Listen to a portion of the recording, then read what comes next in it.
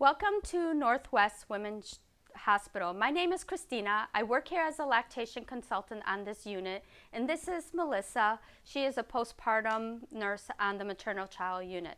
And we are here to talk about the basics of breastfeeding. So some of the topics that we are going to speak about are how to wake the sleepy baby, signs of hunger, positioning the baby to the breast, latching the baby to the breast, and when the baby is getting enough food. And also we'll talk about the common problems with breastfeeding. So the first thing that we're going to talk about is how to wake the sleepy baby up. So many times I walk into a room, moms are asking me, the baby won't wake up. So I encourage them to undress the baby from its blanket, change the baby's diaper, kind of play with its feet, rub its hand, and kind of encourage the baby to wake up.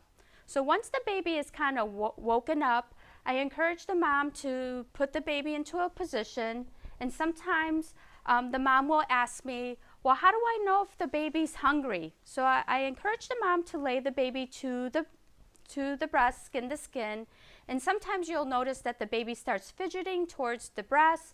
It'll start rooting. It starts putting its hand in its mouth, sticking the tongue out, and once you see those signs, I encourage moms to put the baby to the breast at that point. So we are going to use this pillow to kind of give mom some support.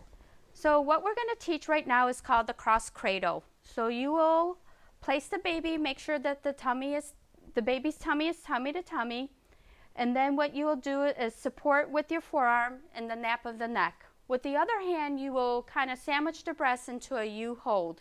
You're going to sandwich it to the way the baby's going to latch. So I encourage moms and I teach them how to hand express. So what you want to do is kind of put your fingers about 1.5 inches from the areola, and what you'll do is you kind of press, you kind of push back, and then you compress. And most of the time you'll see like colostrum at the tip of the nipple or breast milk, and this will encourage the baby to open its mouth wide so that you can bring the baby to the breast. So what's going to happen is once mom expresses breast milk or colostrum, I want the mom to take the nipple and roll it from the upper lip to the bottom of the lip, and what's going to happen is the baby's going to tilt its head, it's going to open its mouth like it's yawning. Once you see the baby's mouth open wide, you are gently going to bring the baby to the breast and not the breast to the baby. So once the baby is latched on, I encourage mom, when she feels a nice tug, to release this hand, and we're going to move it into a cross cradle, and what she'll do is kind of go to the other side if she wanted to support the breast, or she can kind of rub the baby's arm, rub its head, just to kind of encourage the baby to feed.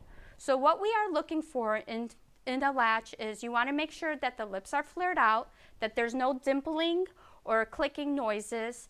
Once the baby is latched on perfectly, what you'll notice is the baby, as it starts suckling, once it starts suckling, you'll hear a swallow, like a k, k, or sometimes you'll notice that their ears are kind of wiggling. So at that point, I tell moms not to be watching the clock, but watch the baby, and the baby will finish feeding. So the other position that I teach for moms is the football hold. And sometimes you want to make sure that you use a support pillow when you're putting the baby into this position. And you want to make sure that the baby is kind of tucked close to the mom, and we're going to do a C hold at this point. So we start off the same way. You'll take the nipple, you roll it from the upper lip, the baby's going to open its mouth wide.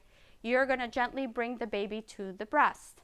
So it's important that we make sure that the latch is correct, because sometimes it can damage the nipple or make moms sore.